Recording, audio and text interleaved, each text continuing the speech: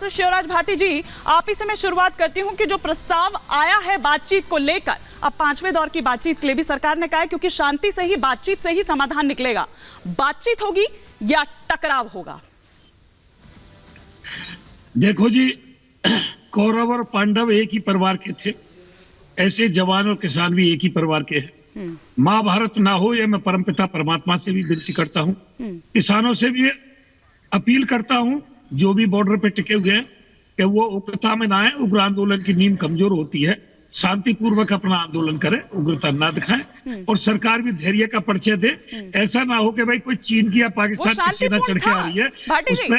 आज मैं आपकी बात सुन रही हूँ, अच्छा सुन तो आपकी बात सुन रही हूँ, लेकिन जिस तरह की तैयारी शंभू बॉर्डर पर दिखाई दी, तस्वीरें आपने भी देखी होगी, वो ऐसा लग रहा था किसी युद्ध के लिए, लड़ने के लिए जा रहे हैं, उसकी तैयारी उन्होंने कर रखी है। वही मैं कह रहा हूँ, दोनों तरफ से हुआ। हाँ, ये सब भारत माता की लाल है।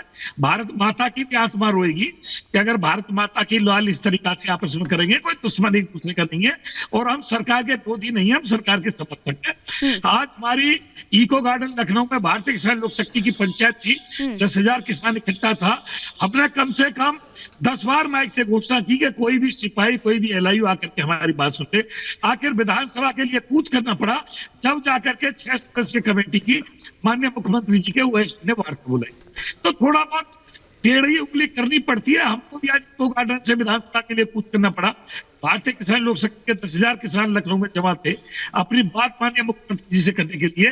तो सरकार शांतिपूर्वक इसका हल निकाले, जो वादे सरकार ने किए थे उनको पूरा करें। हम किसी की सत्ता नहीं मांग रहे, छोटी छोटी मांगे हैं। भाई, देश में कारपोरेट घराने को ही रहने का अधिकार नहीं है, देश में किसान को भी जीने का अधिकार है। घाटे की खेती करता है, युवा खेती से पलायन कर रहा है, खेती किसान बराबर देखता जा रहा है, आत्महत्या होती जा रही है। क्या देश के किसान को अपनी बात कहने का अधिकार देश में?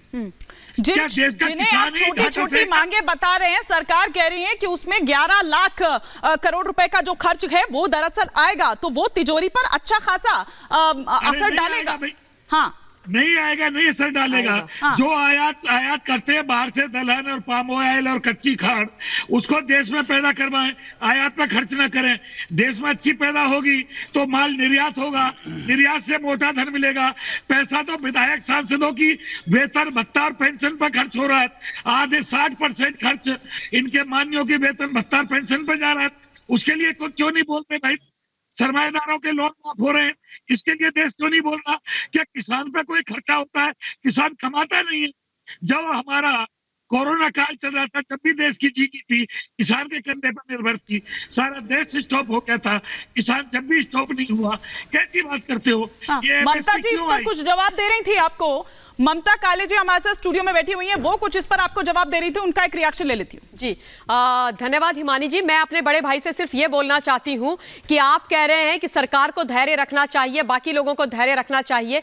सबने धैर्य धरा हुआ है, लेकिन जिस प्रकार का स्वरूप इस वक्त हमें बॉर्डर में दिखाई दे रहा है, वो मतलब कौन सा किसान आंदोलन होता है मेरे बड़े भाई? 1200 ट्रैक्टर, 200 कारें, जेसीबी, हाइड्रोलिक क्रेन, ये तमाम चीजें ऐसे मतलब गाड़ियां लेकर के आ रहे हैं जैसे युद्ध करने जा रहे हैं, कोई पाकिस्तान के बॉर्डर पर जा रहे हैं। दिल्ली को घेरने का क्या? ममता जी 1 मिनट माफी के साथ रोक रही हूँ क्योंकि आज किसानों ने ये अल्टीमेटम दिया था कि आज सुबह 11 बजे के आसपास जो है सभी किसान दिल्ली की तरफ कूच करेंगे और हरियाणा बॉर्डर को क्रॉस करने की कोशिश की जाएगी। ये तमाम इंतजाम जो है ये फिलहाल जो है हरियाणा पुलिस द्वारा किए गए हैं। जो आप तस्वीरों में या ड्रोन तस्वीरों में देख रहे हैं, ये ड्रोन के जरिए भी टीयर गैस की गोले जो है वो यहाँ पर छोड़े जा रहे हैं और किसानों को तितर बितर किया जा रहा है। तस्वीर ये है कि सुबह से ही टीयर गैस जो है किसानों पे लगातार छोड़ने का प्रयास हरियाणा पुलिस द्वारा किया जा रहा है, क्योंकि आज किसानों ने ये अल्टीमेटम दिया था कि आज सुबह 11 बजे के आसपास जो है सभी किसान दिल्ली की तरफ कूच करेंगे और हरियाणा बॉर्डर को क्रॉस करने की कोशिश की जाएगी। ये तमाम इंतजाम जो है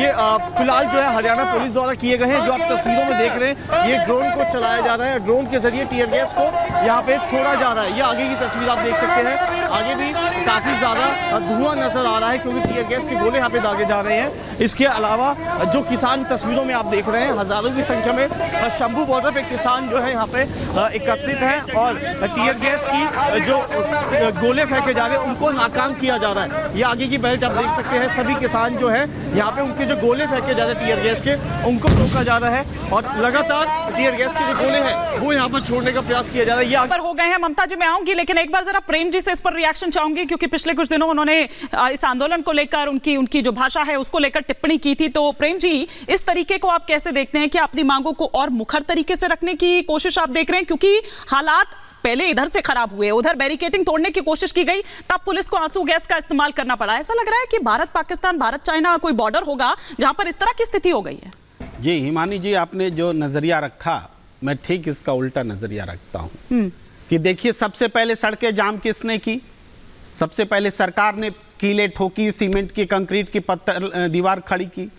आज जो ड्रोन दिख रहे हैं आसमान से, हमारी देश की जनता ने क्या सेना के लिए ड्रोन इजराइल से इसीलिए मंगाए थे कि वो पाकिस्तान और चीन पर न चले, अपने हिंदुस्तान की जनता पर चले, किसानों पर चले। जब किसान पर ड्रोन से बम बरसाए जाएंगे तो किसान क्या अपनी सुरक्षा नहीं देखेगा? ये बड़ा सवाल है, इसकी ओर ध्यान नहीं जा रहा। ये जो आसमान में धुएं धुएं दिख रहे हैं, दुनिया देख रही होगी कि हिंदुस्तान जो कि अपनी जनता पर बम बरसा रहा है। अरे आपने अतीत में जो काम किए थे, यूक्रेन युद्ध में अपने भारतीय को लाया था वहां से बचा करके, सब पर पानी फेर दिया है, क्योंकि आपने अपनी जनता को ही युद्ध में धकेल दिया है। और आप युद्ध करेंगे अपनी जनता से, युद्ध एग्जैक्टली युद्ध की तैयारी कौन कर रहा था?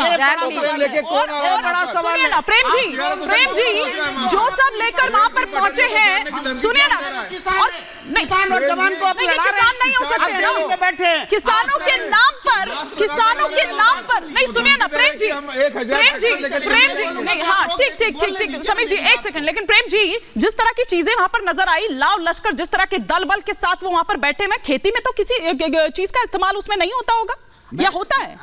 मैं तो 1200 ट्रैक्टर, ट्रॉली, कह रहा हूं, वो जो बैरिकेड तोड़े इलीगल है, तोड़ दिया जाएगा इस बैरिकेड को। सरकार आपसे बात करने चंडीगढ़ जा रही है, किसी आपको सरकार से बात नहीं करना है, किसान जाएगा दिल्ली, शांति से बात नहीं जाएगा दिल्ली, हटाओ बैरिकेड, फसाद करना है, बैरिकेड तोड़ दिए जाएंगे लड़ाई झगड़ा करना और है, आप बम गिराएंगे तो आपको अराजकता आंसू गैस के गोले छोड़े, आंसू गैस के गोले दागे हैं, आपको सरकार से बात नहीं करनी है, पूरा सरकार चंडीगढ़ 4 बार बात करनी है, आप क्यों बात नहीं कर रहे हो सरकार से? गोलियां भी चलिए, आपको पूरे देश का माहौल खराब करना है, मरे भी हैं, आपको सरकार का नाम खराब करना है। ये सरकार इसीलिए चुनी, ये किसान नहीं है, हमने क्या ये सरकार अपराधी प्रवृत्ति के लोग आगे हमारे ऊपर, हमारे ही आसमान से, हमारे ही पैसे से खरीदे गए ड्रोन, सेना के लिए ड्रोन खरीदे गए, पंजाब सरकार बड़ा पाकिस्तान समर्थन और दे रही चीन है, के लिए ड्रोन खरीदे गए, आ रही हूं पर बढ़ाने के लिए करके पूरा समर्थन माफी मांगे सरकार, ठीक है, अपनी एक एक कर, क्योंकि वीरपाल जी कुछ कहना चाह रहे हैं, इस्तेमाल बंद हो। किसान अपराधी को लेकर ना आए साथ में। ठीक है, आप दोनों को रोक रही हूँ। वीरपाल जी कुछ कहना चाह रहे हैं, फिर समीर जी ने एक बड़ा आरोप जो लगाया और जो लगता रहा है